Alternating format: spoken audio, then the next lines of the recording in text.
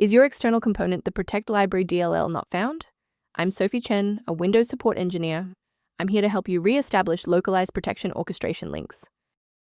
For professional-grade Protect Library maintenance, follow the diagnostic link in the description. This is the Protect Library, a generic name for localized digital rights management, DRM, and anti-tamper modules, frequently associated with localized StarForce or proprietary licensing systems. Its absence results in a security module not found launch error.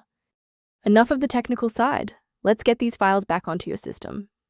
The Protect Library DLL library is bundled specifically for localized protection orchestration operations, and you must run the official setup for the program encountering the error to repair the broken links and restore the missing data.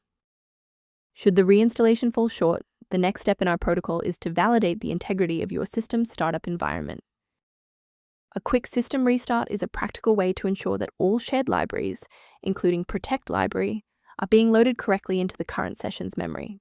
To keep this tutorial handy, make sure to bookmark it or hit like button before you reboot. It saves you from having to look for the video again once you're back online. Restarting doesn't always catch everything. If you're still having trouble, let's try this next step together. And if you need to pause the video, I'm not going anywhere. Because the reboot didn't resolve the integrity issue, we need to force Windows to rebuild its master file copies. First, open Command Prompt as admin.